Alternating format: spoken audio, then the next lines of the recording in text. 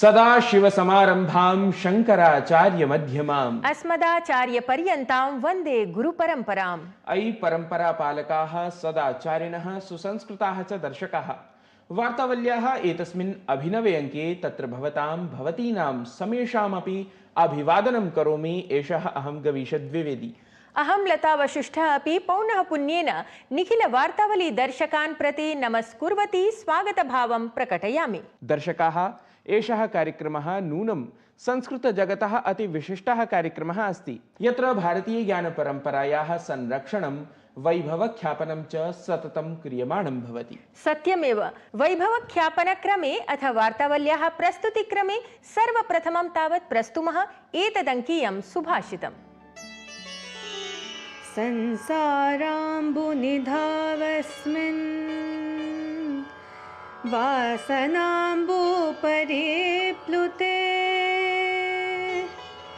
ये प्रज्ञानावमारूढास्ते तीर्णा पंडिताः परे।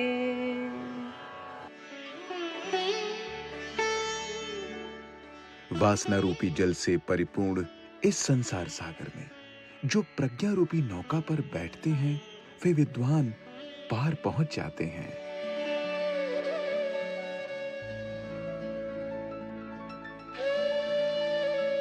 Those learned people who board the boat of wisdom in this ocean of the world, filled with the waters of desires, reach the other side. शोभनं सुभाषितं वासनाभ्यः मुक्तेः मार्गः प्रज्ञा एव इति अवगन्तव्यम् अस्माभिः। प्रज्ञोद्भवः च भवति विविधमाध्यमैः। लोके विविधघटनाक्रमाः अपि दर्शकान् प्रज्ञया विभूषयन्ति। तर्हि दर्शकानां पुनस्मारणाय अथ ज्ञानवर्धनाय प्रदर्शयामः गतसाप्ताहिकीः चिताः काश्चन प्रमुखवार्ताः प्रवाहमयस्वरेण। ब्रिटेन मालदीव देशयोः यात्रामुद्दिश्य ब्रिटेन देशं सम्प्राप्तवान् प्रधानमन्त्री नरेन्द्र मोदी। लण्डन नगरे जातं तदीयं भव्यं स्वागतं। वाणिज्यिककरम् अल्पं कर्तुम् अथ वृत्त्यवसर सर्जनक्षमतया सह भारत ब्रिटेन देशयोः मध्ये सञ्जातः ऐतिहासिक मुक्तव्यापारपरः सन्धिः। प्रधानमन्त्री मोदी उक्तवान् समन्वित समृद्धेः अवसरः एषः। प्रधानमन्त्री नरेन्द्र मोदी द्विदिवसीयां यात्राम् उद्दिश्य मालदीव देशं प्रति गतः। तत्र द्वयोः देशयोः मध्ये सन्धिज्ञापनपत्रेषु समाचरितानि हस्ताक्षराणि। मालदीव देशस्य स्वतन्त्रतायाः 60तमवर्षसम्पूर्त्यवसरे स्वतन्त्रता समारोहे मुख्यातिथित्वेन प्रधानमन्त्रिणः नरेन्द्र मोदिनः उपस्थितिः। तदनु भारतीय समुदायमपि सम्बोधितवान् प्रधानमन्त्री। राष्ट्रपति पदासीना द्रौपदी मुर्मू वर्या स्वकार्यकालस्य 3 वर्षाणि सम्पूरितवती। अवसरे एतस्मिन् असौ आभासीय माध्यमेन राष्ट्रपति भवन सम्बद्धानि विभिन्नानि महत्वपूर्ण कार्याणि लोकार्पितवती। उपराष्ट्रपतिना जगदीप धनखड़ वर्येण प्रदत्तं त्यागपत्रं। राष्ट्रपति पदासीनां प्रति लिखिते पत्रे स्वास्थ्यकारणानि तेन उपस्थापितानि। 27,200 ऑगस्ट मासं यावन् निर्धारितः आसीत् तदीयः कार्यकालः। उपराष्ट्रपतिपदस्य निर्वाचनार्थं निर्वाचनायोगेन सम्बद्धा प्रक्रिया प्रारब्धा। तत्सम्बद्धा घोषणा शीघ्रमेव करिष्यते।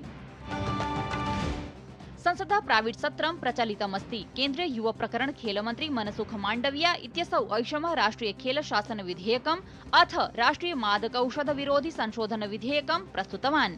तावत् सामुद्रिक वस्तुवहन वाणिज्य पोत परिवहन सदृशानि महत्वपूर्णानि विधेयकानि सन्ति सूचीबद्धानि।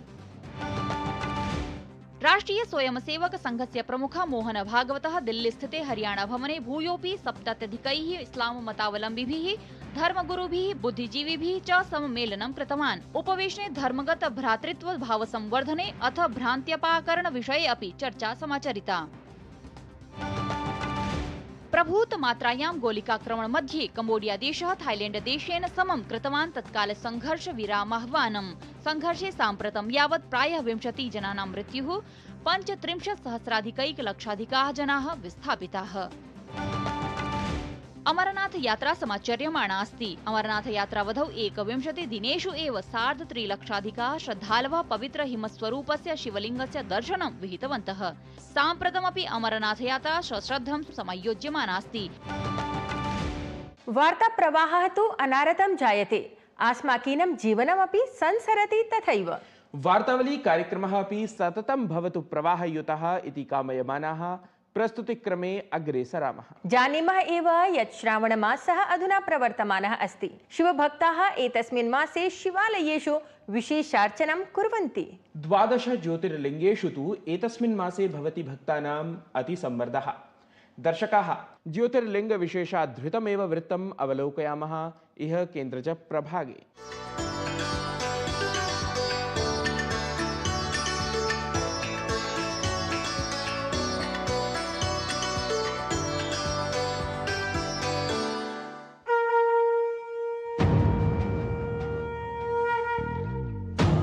सौराष्ट्रे सोमनाथं च श्रीशैले मल्लिकार्जुनम् उज्जयिन्यां महाकालमोङ्कारं ममलेश्वरं परल्यां वैद्यनाथं च डाकिन्यां भीमशङ्करं सेतुबन्धे तु रामेशं नागेशं दारुकावने वाराणस्यां तु विश्वेशं त्र्यम्बकं गौतमीतटे हिमालये तु केदारं ग्रीष्णेशं च शिवालये। 33 कोटिदेवताभिः पावनीकृतस्य पुण्याध्यात्मभूमिभागस्य भारतस्य विविधेषु स्थलेषु प्रतिष्ठापितानि 12 ज्योतिर्लिङ्गानि वस्तुतः भगवतः महादेवस्य दिव्यशङ्करप्रकाशस्वरूपप्रकाशनेन सहैव साक्षात् हि द्योतयन्ति सृष्टिसंहारकस्य साक्षात् समुपस्थितिम्। जय श्री महाकाल। महाकाल महाप्रभु, महाकाल महारुद्र, महाकाल नमोस्तुते।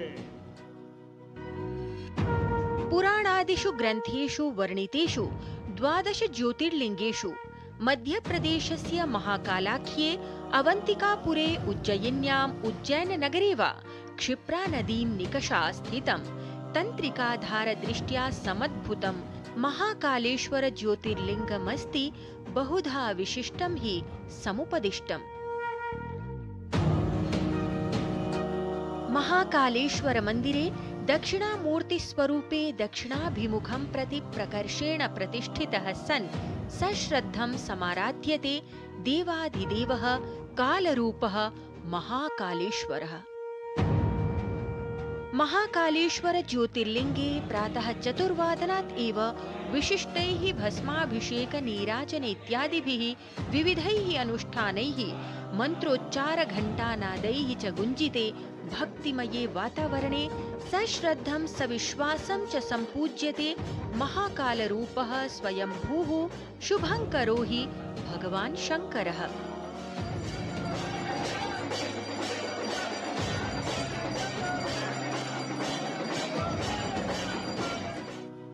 शास्त्रानुसारं मुक्तिस्थले स्थितस्य ब्रह्माण्डीयास्तित्वाधारभूतस्य संहारस्वरूपस्य महाकालेश्वरस्य भगवतः शिवस्य समुपासकः भक्तः प्रकाशत्वं समवाप्य सदैवाभयप्रदाम् आध्यात्मिकीं शान्तिमधिगच्छति इति सिद्धं हि शास्त्रप्रमाणम्।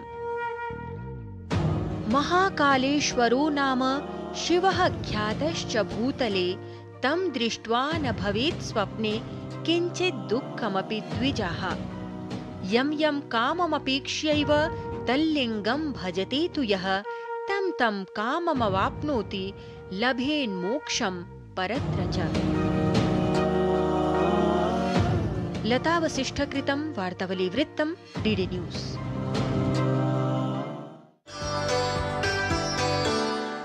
शरणदस्य शङ्करस्य शरणं व्रजन्तः लोकशङ्करं कामयमानाः प्रियाः प्रेक्षकाः, वार्तावली प्रस्तुति सरण्याम् अधुना त्रिज्याप्रभागं प्रविशामः। त्रिज्याप्रभागान्तर्वर्तिनि संवादक्रमे एतद्वारम् अतिथिः अस्ति विशिष्टः संस्कृतज्ञः, विविध शास्त्रधुरन्धरः, व्याकरण साहित्य दर्शनाचार्यः, मूलतः च नेपालदेशीयः। कः अस्ति नेपालोपनामा अतिथिविशेषः अवलोकयामः अत्र।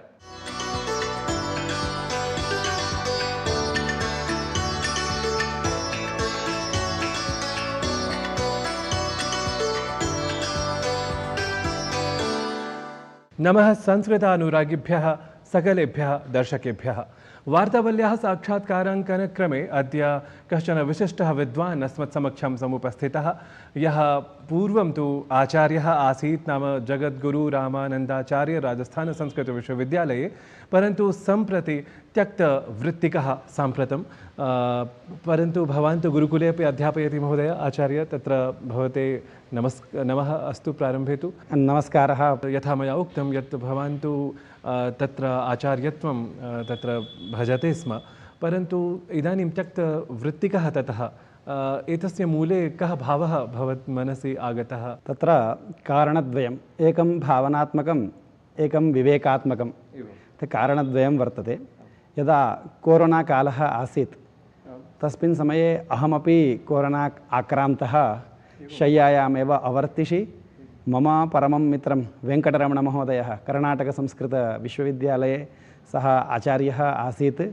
तस्य अनया महामार्या प्राणाः एव गृहीताः। सः भगवद्धाम गतवान्। तस्मिन् समये तत्र शय्यायाम् एव विद्यमानः अहम् अचिन्तयं, सः अत्यन्तमेव शास्त्रेषु निपुणः, सर्वेषु मैत्र्या भावनया युक्तः, तस्यापि ईदृशी दुर्दशा चेत् किमनया वृत्त्या, किमनया प्रतिष्ठया, किमनेन धनेन इति तत्र भावनात्मकः कश्चन वेगः माम् अस्मिन् त्यागे प्रेरिरत्। केवलं तदेव न, अनन्तरं विवेकः अपि कश्चित् एवं जागृतः। तत्र यावत् धनम् अस्माभिः सर्वकारात् स्वीक्रियते तस्य धनस्य समुचिता सेवा अस्माभिः अवश्यमेव न क्रियते। इदानीं विश्वविद्यालये अस्माकं का प्रवृत्तिः भवति इति वयम् अवश्यमेव जानीमः। ये तावत् विश्वविद्यालयेषु कर्म कुर्मः, अस्माकं हृदयं यदि वयं स्पृष्ट्वा चिन्तयामश्चेत् तत्र अस्माभिः किं क्रियते इति ज्ञायते। वस्तुतः ये छात्राः सन्ति, बहुशः अत्र अस्मिन् देशे नेपालदेशे छात्राः अवसरम् अलभमानाः इतस्ततः भ्राम्यन्तः कालं क्षिपन्ति। तेषां छात्राणां यदि कश्चन उपयोगः शास्त्रज्ञानार्थं, सभ्यताज्ञानाय यदि मया कश्चित् सहयोगः कर्तुं शक्यते चेत् तदेव वस्तुतः मम ज्ञानस्य वा मम जीवनस्य वा मया यत्किञ्चित् अल्पं गुरूणां कृपया ज्ञानं लब्धं तस्य उपयोगः अत्र भवेत् चेत् जीवनं सार्थकं भविष्यति अवश्यं। यावत् शक्यते तावत् बालेषु, छात्रेषु, युवसु अयं प्रचारः अस्माकं धर्मे, अस्माकं संस्कृतौ, अस्माकम् आचार्येषु एतेषां महिम्नः ज्ञानं स्यात् इति मत्वा अहं तत्र एवं कर्तुं न शक्यते। तत्र यत् निर्दिष्टं तदेव करणीयम्। अत्र यथा अस्माभिः इष्यते तथा अस्माभिः डयितुं शक्यते इति मत्वा अहम् अत्र आगतः। प्रायशः उच्यते यदा विविधविद्याविज्ञत्वं भवति तदानीं प्रश्नः भवति यत् विद्यावतां भागवते परीक्षा इति। यतोहि भवान् तु प्रवचनादिकर्मसु अपि प्रवृत्तः, अतः अहं प्रष्टुकामः यत् साधारणाः अपि जनाः अवगच्छेयुः यत् कथं विद्यावतां भागवते परीक्षा जायते इति। किमत्र एवं भगवान् तावत् मृत्तिकां भक्षितवान्। भगवान् सत्यं परं धीमहि इति स्तुतः आरम्भे एव। सः भगवान् मृद्भक्षणावसरे मातरं किं वदति? नाहं भक्षितमावान् अम्ब सर्वे मिथ्याभिशंसिनः इति, अहं मृदं न भक्षितवान् इति तत्र वदति। इदानीम् अत्र सङ्गमनं वक्तव्यं, विद्वद्भिरेव वक्तव्यं। भगवान् सत्यं वदति वा मिथ्या वदति वा इति। वस्तुतः तेन मृत् भक्षिता एव, परन्तु सः किं वदति? नाहं भक्षितवान् अम्ब इति वदति। इदानीं तस्य सत्यभाषित्वं वा मिथ्याभाषित्वं वा इति निरूपणीयं। तत्र अनेकधा निरूपणं सम्भवति। व्याकरणशास्त्रदृशा इदानीं वदामि। तत्र भगवान् किं वदति? अहं ना मनुष्यावतारे अस्मि, अतः ना अहं भक्षितवान् अम्ब इति एवमेव चाटुरीत्या कस्यचित् शास्त्रस्य अवलम्बं स्वीकृत्य तत्र बहूनि समाधानानि भवन्त्येव। मूलत्वं वाल्मीकीयरामायणे संतिष्ठेत, तदर्थं वस्तुतः किमपि तथाविधं तत्त्वं यत् सर्वेषु रामायणेषु आप्तं स्यात्, प्रवृत्तं स्यात्, प्राप्तं स्यात्, तथाविधं किमपि विशिष्टं तथ्यं भवान् निरूपयितुमर्हति यत् वस्तुतः एष भावः न कथानिरूपणपरः न वस्तुतः सांस्कृतिकतथ्यादीनां यदि आविष्करणं कुर्मः तथा अथवा शास्त्रादिसन्दर्भं यदि स्वीकुर्मः तथा मूलत्वं तस्य विशेषतः संरक्षितं दृष्टिगतं स्यात्। एवमेव भगवतः त्यागाख्यः गुणः अनितरसाधारणः। तथा त्यागं कोऽपि न कृतवान्। भगवान् रामं किं वदति, अप्यहं जीवितं जह्यां त्वां वा सीते सलक्ष्मणां न तु प्रतिज्ञां संश्रुत्य ब्राह्मणेभ्यो विशेषतः इति। तो भगवतः स्वकीयजीवनस्य त्यागे एव तत्रापि सन्नद्धः वर्तते, सीतात्यागे अपि सन्नद्धः वर्तते, परन्तु प्रजापालनकर्मणि साधुरक्षणकर्मणि सः अत्यन्तं दृढव्रतः वर्तते। भगवान् त्यागं करोति, वैराग्यं तस्य वर्तते अतः त्यागं करोति इति न। भगवान् वाल्मीकिः किं वदति, ऐश्वर्यस्य रसज्ञः सन् कामानाञ्च आकरो महान्। तथा रामः वर्तते, ऐश्वर्यरसं सम्यक् जानाति, कथम् ऐश्वर्यस्य अनुभवः कर्तुमिति सः जानाति, रसज्ञः वर्तते, रसिकः वर्तते, कामानाम् आकरः वर्तते, तथापि सः त्यागं कृतवान् इति। एतादृश त्यागभावना भगवतः रामस्य अनितरसाधारणः। तं त्यागभावनाम् एव प्रदर्शयितुं कथासु विभिन्नाः विधाः परिकल्प्य कवयः इमं त्यागं तावत् सर्वेपि कवयः तत्र रामस्य चरित्रे अनेकथा तद् जैनरामायणं वर्तते, बौद्धरामायणं वर्तते, सर्वं वर्तते, परन्तु सर्वैरपि रामायणकर्तृभिः रामस्य अयं त्यागाख्यः गुणः न विस्मृतः, सर्वैः प्रधानतया सः गुणः निरूपितः इति। भवान् न्यायशास्त्रविज्ञः अथ वेदान्तशास्त्र तत्र विज्ञः अपि, परन्तु साहित्यमपि तथैव नाम भवान् जानाति, साहित्ये नाम बहूनि काव्यानि अपि भवता रचितानि, कानि काव्यानि तानि कृपया।